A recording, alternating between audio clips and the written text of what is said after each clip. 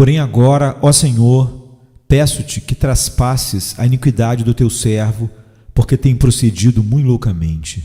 2 Samuel 24, 10. Se o pecado é um mal sem par, um mal infinito, então vejam o quanto estamos presos a Cristo, aquele que carregou os pecados e todos os males de vocês que têm interesse nele, que estão nele. Ó, o amor de Cristo, quão admirável que ele pudesse carregar o pecado, o qual é maior que todas as misérias, um mal maior do que a morte, do que o inferno em si. Querido, se houvesse alguém no mundo que ficasse contente em ser pobre no seu lugar, levar as suas dores, ficar doente, ser preso, morrer por você e ainda sofrer a ira de Deus e padecer as dores do inferno no seu lugar, o quanto você se consideraria preso e devedor a tal pessoa por tudo isso? No entanto, Cristo fez isso por você. Ele carregou o pecado, o maior de todos os males, aquele que abrange todos os outros em si, pois ninguém senão Cristo seria capaz de fazê-lo. Se Deus colocasse sobre você o menor pecado, simplesmente um pecado, o qual ninguém, exceto Cristo, jamais carregou neste mundo, isso faria em pedaços com seu peso, ainda que todos os pilares do céu e todos os anjos gloriosos contribuíssem com sua força para ajudar você a tentar carregá-lo. O menor pecado merece e atrai para si uma infinita ira que nem você, nem todos os anjos do céu são capazes de ficar em pé debaixo dela. Os perdidos carregam esse peso no inferno. Eles sofrem-no, porém sem forças para suportá-lo. Eles são moribundos sem poder morrer, sempre consumindo, nunca consumidos. Portanto, veja quanto você está endividado a Cristo, aquele que carregou o pecado, o maior de todos os males, e com o pecado todos os tormentos, ira e justiça atribuíveis ao pecado. O mundo todo não é capaz de expressar que tormentos Cristo suportou quando levou o pecado, quando ele suou gotas de sangue, quando ele lutou com a justiça e suportou a ira de Deus, quando ele clamou: Deus meu, por que me desamparaste? Que estranha exclamação daquele que era o Filho de Deus, ele que fez os patriarcas da igreja grega dizerem: pela virtude de teu desconhecido labor e aqueles sofrimentos não revelados ao homem, tenhas misericórdia de nós. Não é desonra dizer que quaisquer que fossem os sofrimentos dos perdidos, Cristo suportou-os, contudo, não em espécie. Portanto, enfatizo novamente o quanto você deve a Cristo que levou seus pecados para você.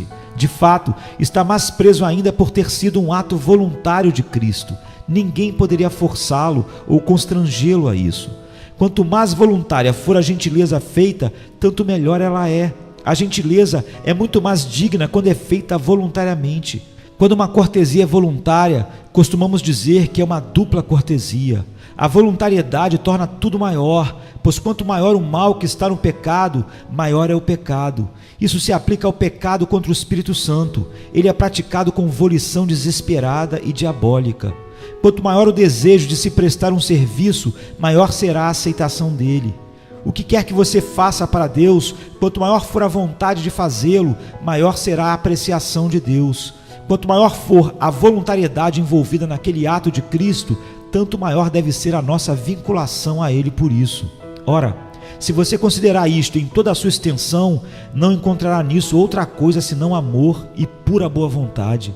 Sua primeira aquiescência foi voluntária. Foi um acordo voluntário feito entre Deus e Cristo, um contrato de bom grado feito no céu com Deus, de que ele se incumbiria dessa grande obra pelos eleitos. E ele veio ao mundo com tanta voluntariedade, pelo que entrando no mundo diz: sacrifício e oferta não quiseste, mas corpo me preparaste, holocaustos e oblações pelo pecado não te agradaram. Então disse: eis aqui venho, no princípio do livro está escrito de mim, para fazer, ó Deus, a tua vontade, como está em Hebreus 10, 5 e 7, evidenciando a liberdade e a voluntariedade de Cristo ao incumbir-se desta obra. E por isso os anjos entoaram por ocasião da sua encarnação boa vontade para com os homens. Isso mesmo, boa vontade. E quando ele estava no mundo, realizou seu trabalho com a maior boa vontade. Ele nos fala: para esse fim eu nasci, e para esse fim eu vim para o mundo. E ele disse que estava em angústia até que chegasse a hora, a saber, em ânsia de amor até que a hora chegasse. E quando chegou o momento, foi uma negra e desoladora hora, chamada a hora das trevas. Ainda assim, Ele não nos abandonou, não nos deixou. Se o tivesse feito, teria nos deixado no inferno sem qualquer recuperação. Contudo, ele não fez, embora, em relação à sua humanidade, isso fizesse da obra da sua misericórdia uma coisa estranha. Não, ele carregou o pecado, levou a ira e derramou até a última gota de sangue do seu corpo. Ó queridos, pensem comigo mesmos, vocês que são o povo de Deus, o quanto estão dependentes de Cristo. Quantos de nós podemos dizer com Bernardo: Tu és minha vida, sou tua morte. Tu és minha justiça, sou teu pecado. Tu és meu céu, sou teu inferno. Tu és minhas riquezas, sou tua pobreza. Ó, quanto vocês estão dependentes de Cristo, daquele que carregou o pecado. E ainda mais, vocês sabem o quanto estão dependentes de Cristo, daquele que carregou o pecado de maneira como jamais poderíamos fazê-lo, pagando assim o débito do qual estamos absolvidos? Havendo riscado a célula que era contra nós nas suas ordenanças, a qual de alguma maneira nos era contrária, e a tirou do meio de nós, cravando-a na cruz, diz Colossenses 2,14. Como a morte de Cristo foi o pagamento necessário para nosso resgate, assim também a sua ressurreição constituiu-se em nossa absolvição, o qual por nossos pecados foi entregue e ressuscitou para a nossa justificação, diz Romanos 4,25. Somos justificados pelo seu sangue? Somos. Todavia, ele não ressuscitou formalmente para justificar-nos, e sim para declarar que já estávamos justificados, que estávamos desobrigados e que nossos pecados foram perdoados. Se Cristo ainda fosse prisioneiro sob as cadeias da morte, não poderíamos ter nenhuma certeza de que o nosso débito fora pago. Como diz o apóstolo Paulo, se Cristo não houvesse ressuscitado, estaríamos ainda em nossos pecados. Mas agora Cristo, preso, levado prisioneiro, posto no túmulo e tendo quebrado os grilhões da morte, na qual era impossível prendê-lo, tendo ressuscitado, declara, por tudo que passou, que nossos pecados estão perdoados. Se realmente Cristo levou o pecado e nós também tivéssemos que levá-lo, qual seria a vantagem? No entanto, Cristo levou o pecado de maneira tal que não temos de levá-lo. Então, quão infinitamente somos devedores a Ele por isso? Cristo não deixou nada para fazermos, a não ser receber o que Ele adquiriu e entregou nas mãos do Pai.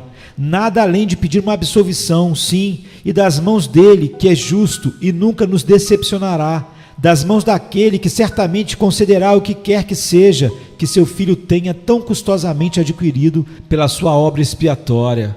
Se um homem morre e deixa legados nas mãos de alguém que é fiel, não podemos requerê-los? Quando Cristo morreu, ele confiou todos os seus méritos nas mãos de seu Pai, e ele não deixou nada para fazermos a não ser requerê-los todos. Deus fez um pacto com Cristo que, se ele levasse o pecado, não precisaríamos carregá-lo também, que se ele morresse pelo pecado, o mesmo seria perdoado por ele. Pois tudo isso está incluso em Isaías, capítulo 53, verso 11, que diz: o trabalho da sua alma ele verá e ficará satisfeito. Ora, Cristo colocou em nossas mãos todas as cédulas e fianças de seu Pai, e ainda uma procuração pela qual estamos autorizados a reivindicar tudo isso das mãos de Deus. Foi por nós que Cristo se incumbiu do trabalho, e tudo que Cristo fez foi para nos comprometer com Deus, para satisfazê-lo e depois comprometê-lo, fazer de Deus o devedor daqueles que foram seus devedores. E enquanto houver uma gota de sangue de Cristo para ser distribuída, a qual nunca se esgotará, é uma justiça eterna, haverá a misericórdia de Deus, ou melhor, a justiça de Deus incumbida de transmiti-la a nós que pela fé chegamos a Ele, ou seja, os eleitos do Pai. E não sobrou nada para fazermos em relação à justificação, a não ser requisitar tudo o quanto Cristo já adquiriu. Vivemos no mundo como se tivéssemos que comprar o perdão, quando temos apenas de recebê-lo. Deus nos detém pelo débito de nosso pecado, mas vocês pensam que temos de pagar por ele? Ai de nós, pobres criaturas, se tivéssemos que pagar. Isto não é senão para tirar-nos de nós mesmos e trazer-nos para Cristo, aquele que já pagou o débito. Como isso nos faria proclamar Cristo, admirá-lo, prezá-lo. É o que você tem feito. O que poderia aproximar mais o nosso coração a Cristo do que o fato de que Ele levou os nossos pecados e o fez de um modo que nunca teremos que levá-los se tivermos de fato nele, se somos homens regenerados.